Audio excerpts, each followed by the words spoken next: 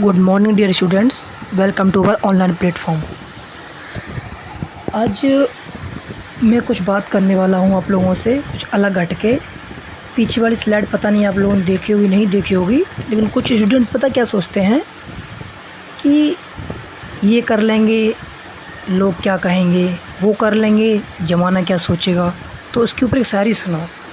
ज़माना क्या सोचेगा ये मत सोचो, ज़माना क्या सोचेगा ये मत सोचो, क्योंकि ज़माना बहुत अजीब है। नाकामयाब लोगों का मजाक उड़ाता है और कामयाब लोगों से जलता है। सीधी सी बात है भाई, जो नाकामयाब है बेचारा किसी वजह से नहीं लग पाया उसका मजाक उड़ाता है, और जो कामयाब है उनसे जलता है। तो इससे अच्छा यही है ज़माने के बारे में मत सोचें, जो करना है अभी से चालू कर दें, जो बनना है वो बन जाए। दो समय लगता है, सीधी सी बात है। तो समय को मद्देनज़र रखते हुए पढ़ते रहें, कहीं ना कहीं लग ही जाएंगे आप। पढ़ाई वेस्ट नहीं जाएगी। तो चलो आते हैं, काफ़ी हो गई, तो हम लोग अपनी क्लास शुरू करते हैं। आज कुछ करंट अफेयर क्वेश्चन है, ज़रा देखते हैं करंट अफेयर के बारे में। क्या है? झील और राज्य, मतलब कौन सी झील कौन से राज्य में पाई जाती है। झील और राज्य, ठीक है। तो पहली कौन सी झील है? वुलर झील। वुलर झील जो कहाँ पे मिलेगी? जम्मू और कश्मीर में। अगर कोई जम्मू और कश्मीर गया होगा घूमने तो उसने वुलर झील को देखा होगा। दूसरा लोकतक झील, मणिपुर में। कहाँ? मणिपुर में लोकतक झील है जो मणिपुर में पाई जाती है। तीसरा दमदमा झील, हरियाणा में पाई जाती है। जैसा नाम, वहाँ के जो क्या कहते हैं खिलाड़ी होते हैं ना, बहुत मतलब दमदार होते हैं भाई, गजब बॉडी बिल्डर होते हैं, गजब फाइटर रेसलर निकलते हैं वहाँ से। तो दमदमा झील याद रखिएगा, हरियाणा में। इस तरीके से चिल्का झील, उड़ीसा में चिल्का, ठीक है। पिछोला झील, इसका नाम भी अच्छा है, राजस्थान में पाई जाती है। पिछोला झील कहाँ? राजस्थान में, ठीक, राजस्थान में। और चिल्का झील उड़ीसा में, और दमदमा झील हरियाणा में। आगे और कुछ झील के नाम देखते हैं।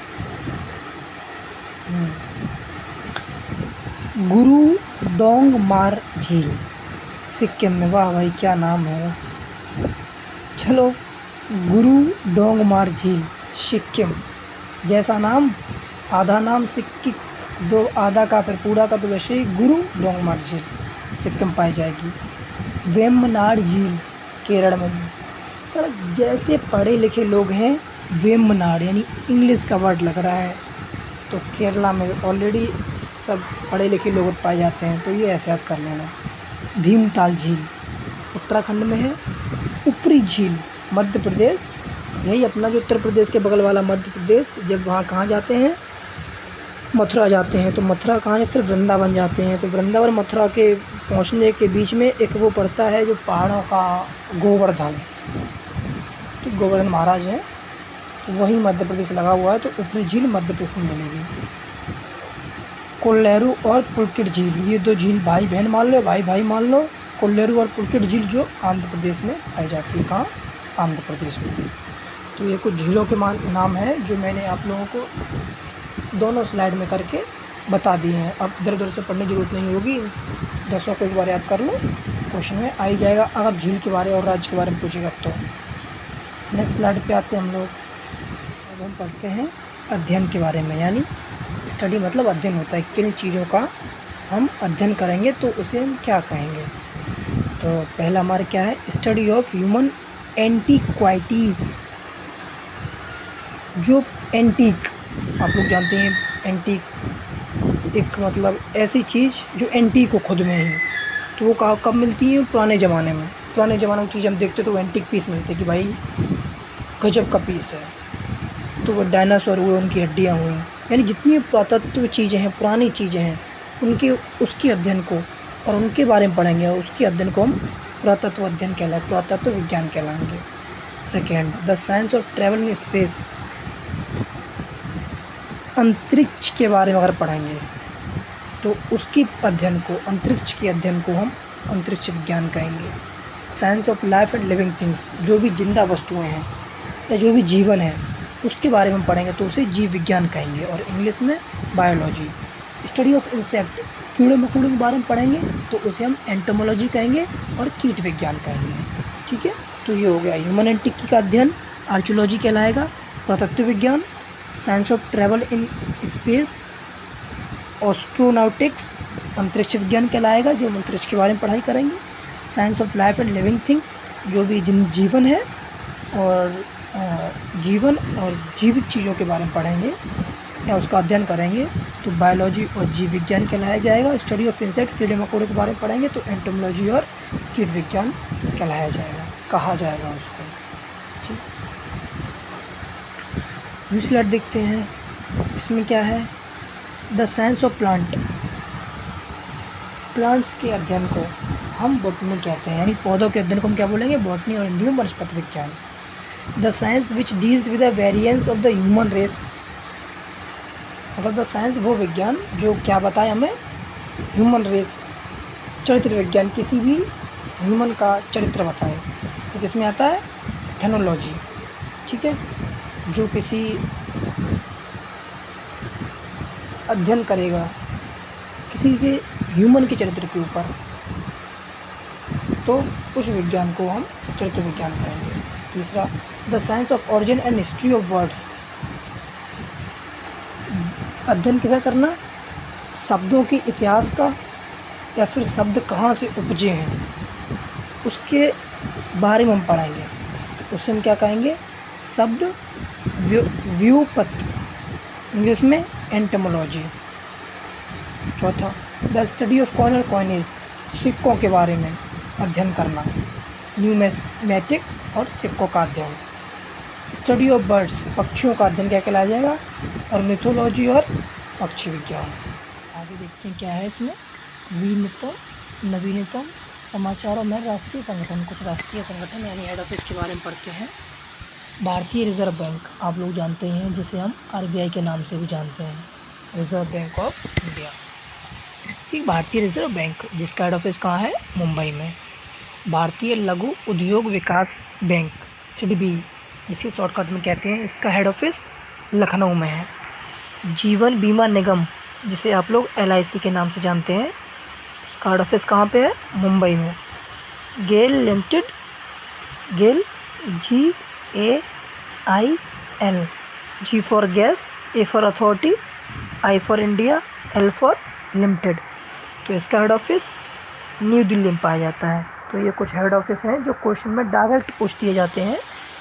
LIC का हेड ऑफिस कहाँ है, RBI का हेड ऑफिस कहाँ है, गेल का हेड ऑफिस कहाँ है, तो ये क्वेश्चन याद रखिएगा।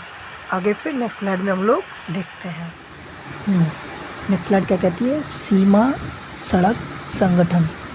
क्या, सीमा सड़क संगठन, BROB इसको कहते हैं, जिसका मुख्य हेड ऑफिस कहाँ है, न्यू दिल्ली में। Indian oil, new Delhi.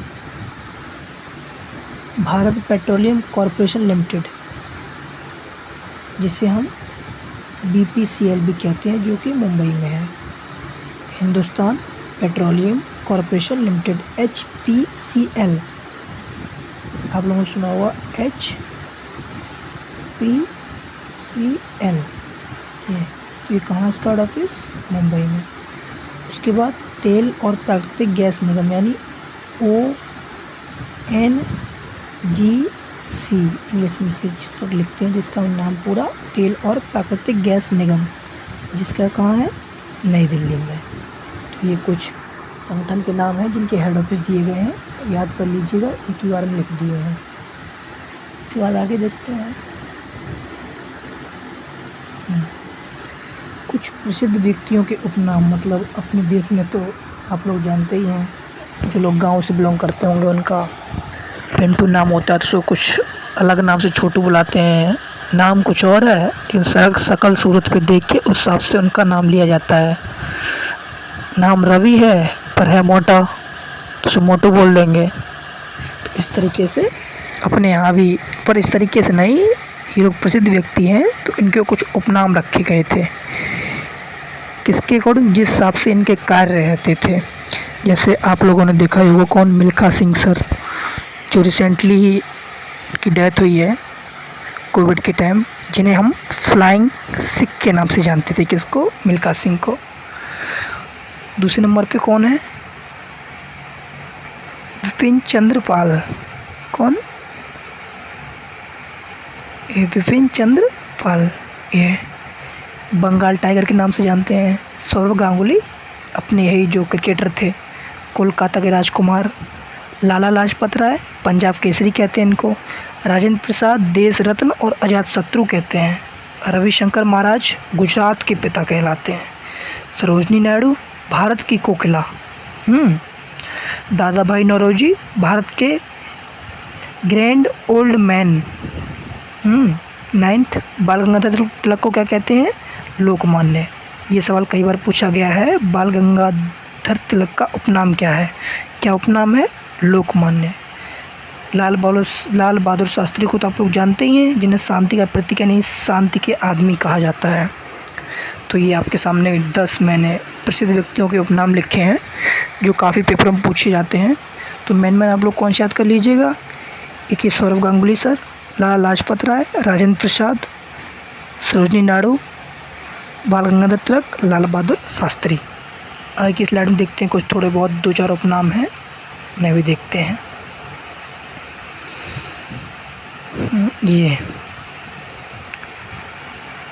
Ashutosh Mukherjee को बंगाल केसरी कहा जाता है। मदन मोहन मालवीय को महामना कहा जाता है। टीपू सुल्तान का उपनाम मैसूर टाइगर है। भगत सिंह का उपनाम शहीद आजम। APJ अब्दुल कलाम को आप लोग अच्छी तरीके से जानते हैं, भारत के मिसाइल मैन कहा जाता है।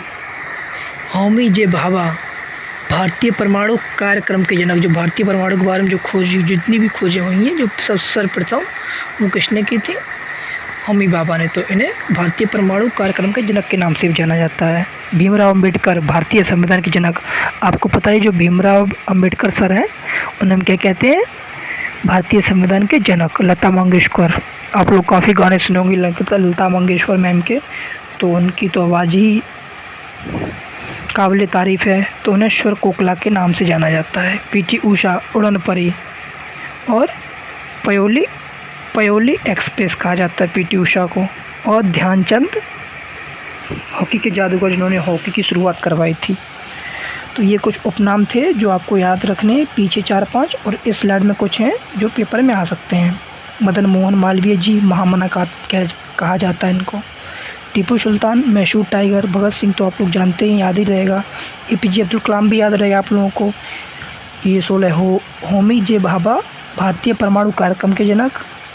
भीमराव अंबेडकर सर को तो याद ही रहेगा आप लोगों को, भारतीय संविधान के जनक। लता मंगेशकर मैम का भी याद रहेगा। PT उषा देख लीजिएगा और ध्यानचंद हॉकी के जादूगर देख लीजिएगा। ठीक है, तब आज की क्लास यहीं पे ख़त्म करते हैं। नेक्स्ट क्लास में कुछ नया लेके आते हैं। Okay, best of luck, thank you class.